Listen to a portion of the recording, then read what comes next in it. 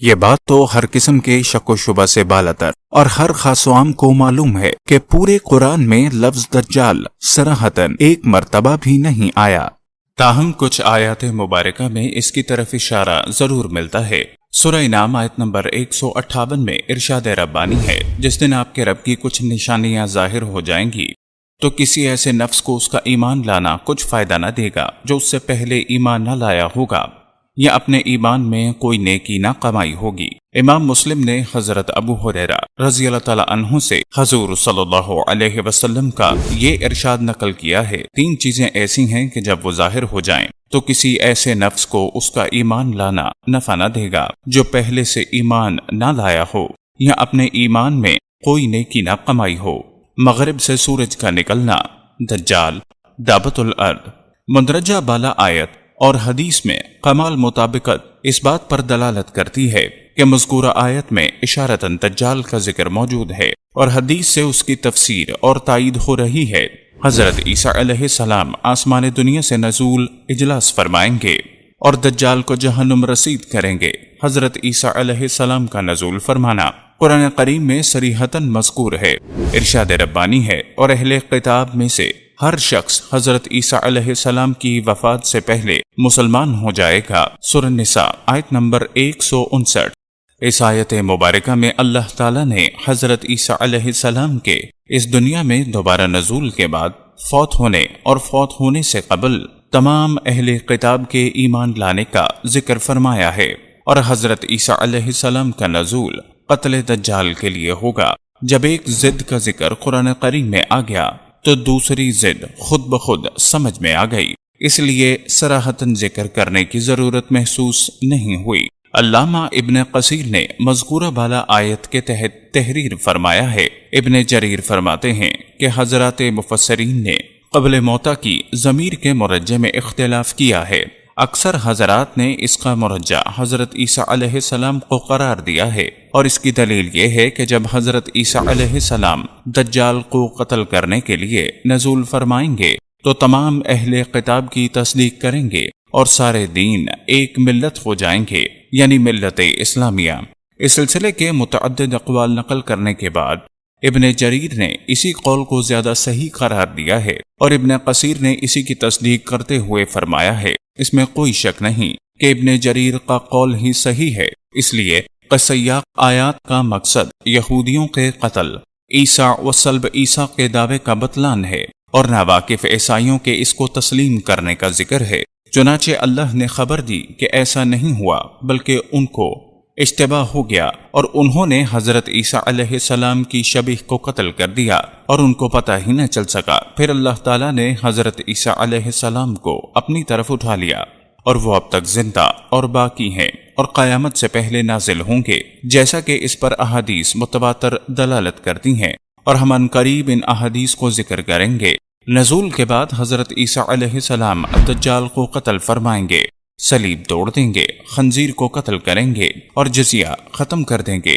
یعنی کسی دین والے سے بھی جزیہ قبول نہیں کریں گے، بلکہ صرف اسلام یا تلوار کی بات کریں گے۔ ابن قصیر جلد نمبر 1 صفحہ 755۔ تفسیر معالم التنزیل علامہ بغوی رحمۃ اللہ نے آیت ذیل کی جو تفسیر کی ہے، اس سے بھی دجال کے مذکور فی القرآن ہونے پر روشنی پڑتی ہے۔ یقیناً آسمانوں اور زمین کا پیدا کرنا زیادہ بھاری ہے لوگوں کو پیدا کرنے سے، لیکن اکثر لوگ نہیں جانتے۔ سورہ مومن آیت نمبر 57۔ امام بغوی رحمۃ اللہ تحریر فرماتے ہیں کہ یہ آیت یہودیوں کے بارے میں نازل ہوئی ہے۔ یہ اس وقت کی بات ہے جب یہودیوں نے حضور صلی اللہ علیہ وسلم سے کہا تھا، ہمارا ساتھی مسیح بن داؤد یعنی دجال آخری زمانے میں نکلے گا، اور اس کی بادشاہت بر و بحر میں پھیل جائے گی، اور ہمیں پھر سے بادشاہت مل جائے گی۔ ان کے جواب میں اللہ تعالیٰ نے فرمایا، اے نبی علیہ السلام، آپ اللہ کی پناہ میں آ جائیں، یعنی دجال کے فتنے سے۔ علامہ ابن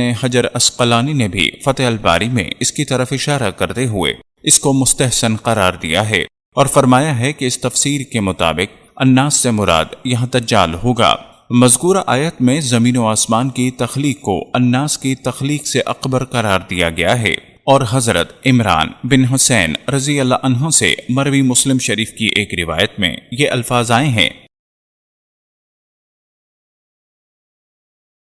گویا مسلم شریف کی یہ حدیث آیت قرآنی کی تفسیر ہے، اور اس سے بھی وہی مقصد ثابت ہو رہا ہے جو امام بغوی کا مطمع نظر تھا، کیونکہ آسمان و زمین اپنی تخلیق کے اعتبار سے اکبر ہیں اور دجال اپنے فتنے کے اعتبار سے اکبر ہے۔ اگر آسمان و زمین اپنی مضبوطی میں اکبر ہیں تو دجال اپنی ساخت میں اکبر ہے۔ اگر آسمان و زمین جمادات میں اکبر ہیں تو دجال حیوانات میں اکبر ہے۔ اگر آسمان و زمین تخلیق آدم سے قبل اکبر ہیں تو دجال تخلیق آدم سے لے کر قیامت تک اکبر ہے۔ اگر آسمان و زمین اللہ تعالیٰ کی معرفت کے لیے اکبر ہیں تو دجال شیطان کا اعلیٰ ہونے میں اکبر ہے۔ حضرت مولانا محمد ادریس کاندھلوی حدیث شریف کی مشہور کتاب مشکات المصابیح کی شرح میں اپنی طرف نسبت کرتے ہوئے تحریر فرماتے ہیں، احادیث میں دجالون کا ذکر غضب کی صفت کے ساتھ کیا گیا ہے۔ چنانچہ صحیحین میں حضرت ابو ہریرہ رضی اللہ تعالیٰ عنہ سے مروی ہے کہ حضور صلی اللہ علیہ وسلم نے فرمایا، قیامت اس وقت تک قائم نہ ہوگی جب تک 30 کے قریب دجال قذاب نہ بھیج دیے جائیں۔ ان میں سے ہر ایک بزم خویش خدا کا پیغمبر ہوگا، یعنی وہ اللہ پر جھوٹا افطرا باندھے گا اور کہے گا کہ مجھ پر وحی آتی ہے، حالانکہ اس پر کچھ وحی نہیں آتی ہوگی، اور دجال اکبر تو وہی ہے جس کی تمام انبیاء کرام نے خبر دی ہے، اور ہمارے نبی حضرت محمد صلی اللہ علیہ وسلم نے آگاہ کیا ہے کہ وہ کانا ہوگا اور تہمت تراشوں کا سرغنہ۔ دجال کا افطرا علی اللہ گواہ خیر میں ظاہر ہوگا، لیکن اس کی پیشانی پر اس قزم اور افطرا کی علامت بصورت کافر لکھنے کی ظاہر ہو جائے گی، جیسا کہ حضور صلی اللہ علیہ وسلم کی جبین مبارک صدق رسالت کے انوارات سے جگمگاتی تھی، اور پشت مبارک پر بھی صدق نبوت کے آثار ظاہر رہا کرتے تھے۔ پھر اللہ تعالیٰ نے کفر کے سرغنوں سے قتال کا بھی حکم دیا ہے، اور فرمایا ہے کہ کفر کے سرغنوں سے قتال کرو، اور اس میں کسی قسم کا شک نہیں کہ دجال اکبر تمام ائمہ کفر کا امام اعظم ہوگا،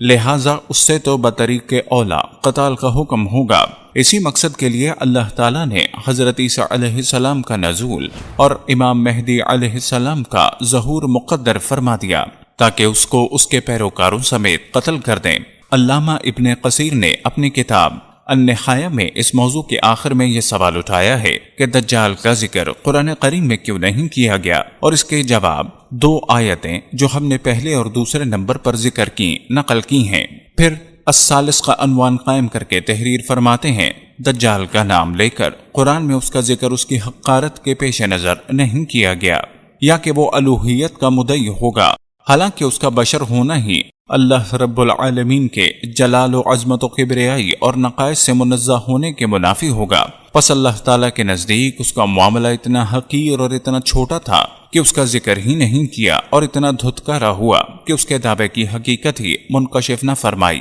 اور نہ اس سے ڈرایا۔ لیکن انبیاء کرام علیہ السلام نے جناب باری تعالیٰ کے بدلے اپنی اپنی امتوں کے سامنے اس کو کھول کر بیان فرما دیا، اور اس کے ساتھ موجود گمراہ کن فتنوں سے ڈرایا، اور ان خلاف عادات امور سے تنبیہ فرمائی جو گمراہ کن ہوں گے۔ حاصل یہ کہ انبیاء کرام کی خبر پر اکتفا کر لیا، چنانچہ امام الانبیاء صلی اللہ علیہ وسلم سے اس سلسلے کی احادیث تواتر سے منقول ہیں، اور اس کے حقیر تذکرے کو قرآن کریم میں بوجہ جلال خداوندی کے ذکر نہیں کیا گیا، اور ہر قوم کے نبی پر اس کو بیان کرنے کی ذمہ داری سونپ دی گئی۔ اگر کوئی یہ اعتراض کرے کہ قرآن کریم میں فرعون کا بھی تو ذکر کیا گیا ہے، حالانکہ اس نے دعوی الوہیت کر کے کتنا بڑا جھوٹ اور بہتان باندھا تھا، چنانچہ اس نے یہ بھی کہا تھا کہ میں تمہارا سب سے بڑا رب ہوں، اور یہ بھی کہا تھا کہ اے سردارو، میں اپنے علاوہ کسی کو تمہارا خدا نہیں جانتا۔ اس کا جواب یہ ہے کہ فرعون کا معاملہ گزر چکا، اس کا جھوٹ ہر مومن کیا ہر عقل مند کے سامنے واضح ہو چکا، اور دجال کا معاملہ آئندہ زمانے میں پیش آئے گا، اور وہ مستقبل میں بندوں کے لیے امتحان اور آزمائش کا سبب بنے گا۔ بس قرآن میں اس کا ذکر نہ کرنا اس کی حقارت اور اس کے ذریعے آزمائش ہونے کی وجہ سے ہے، اور اس کا جھوٹ اتنا واضح ہے کہ اس پر تنبیہ کرنے یا خوف دلانے کی ضرورت ہی محسوس نہیں ہوتی۔ حافظ ابن حجر اسقلانی نے فتح الباری پر یہی سوال جواب تحریر فرمایا ہے۔ فرق صرف اتنا ہے کہ امام ابن قصیر نے فرعون کی مثال دی ہے اور حافظ صاحب نے یاجوج ماجوج کی، اور ابن قصیر والا جواب انہوں نے اپنے شیخ امام بلقینی کے حوالے سے نقل کیا ہے۔ اس موقع پر ایک سوال ذہن میں ابھرتا ہے کہ حافظ ابن قصیر امام بلقینی کے جواب کا منشا یہ ہے کہ فرعون کا ذکر بھی حقارت کے پیش نظر نہیں کیا جانا چاہیے تھا، لیکن چونکہ اس کے ساتھ جو کچھ ہونا تھا وہ ہو چکا، اس لیے اس کا تذکرہ کر دیا گیا، جبکہ دجال کا معاملہ اس کے برعکس ہے اور اس کا فتنہ مستقبل میں پیش آئے گا، اس لیے اس کا تذکرہ نہیں کیا گیا۔ سوال یہ ہے کہ یاجوج ماجوج کا فتنہ بھی تو بعد میں ہی ظہور پذیر ہوگا، اس طرح تو اس کا ذکر بھی حقارت کے پیش نظر نہیں کیا جانا چاہیے تھا۔ حالانکہ قرآن مجید میں 2 جگہ یاجوج ماجوج کا تذکرہ کیا گیا ہے، ان دونوں میں فرق کیا ہے؟ شاید اسی وجہ سے حافظ ابن کثیر نے یاجوج ماجوج کی مثال کو چھیڑا ہی نہیں بلکہ فرعون کی مثال ذکر کی، اور یہ بھی ممکن ہے کہ حافظ ابن کثیر نے اس کے آگے جو تقریر لکھی ہے وہ اسی کا جواب ہے۔ خلاصہ اس کا یہ ہے کہ بعض اوقات کسی چیز کا ذکر اس لیے بھی نہیں کیا جاتا کہ وہ بہت واضح ہوتی ہے، جیسے حضور صلی اللہ علیہ وسلم نے اپنے مرض الوفات میں ایک مرتبہ حضرت صدیق اکبر رضی اللہ تعالیٰ عنہ کے خلافت نامہ لکھنے کا ارادہ فرمایا کہ یہ کہہ کر اس ارادے کو ترک فرما دیں کہ اللہ اور مومنین ابو بکر کے علاوہ کسی کو پسند ہی نہیں کریں گے، لیکن یہ بات واضح ہے کہ ان کی موجودگی میں کسی دوسرے کو خلیفہ نہیں بنایا جائے گا۔ اسی طرح دجال کا ناقص الخلقت اور مذموم صورت ہونا اتنا واضح تھا کہ قرآن کریم میں اس کے ذکر کرنے کی ضرورت ہی پیش نہیں آئی۔ یہی وجہ تو ہے کہ جس مومن کو دجال قتل کرنے کے بعد زندہ کرے گا پھر دوبارہ اس کو مارنا چاہے گا تو قادر نہ ہو سکے گا، اس وقت اس کا جواب یہ ہوگا، بخدا تیرے بارے میں میری بصیرت میں اضافہ ہوا ہے کہ تو وہی کانا قذاب ہے جس کی رسول اللہ صلی اللہ علیہ وسلم نے ہمیں خبر دی تھی۔ دجال کا ظہور اور خروج برحق ہے، اس میں کسی شک و شبے یا تردد کا کوئی معنی نہیں، اس لیے کہ احادیث صحیحہ اور متواترہ سے اس کا ثبوت پایہ تکمیل تک پہنچ چکا ہے کہ قریب قیامت دجال کا آنا، فتنہ و فساد پھیلانا اور بالآخر حضرت عیسیٰ علیہ السلام کے ہاتھوں اپنے انجام کو پہنچنا علم خدا بندی میں ازل سے موجود ہے۔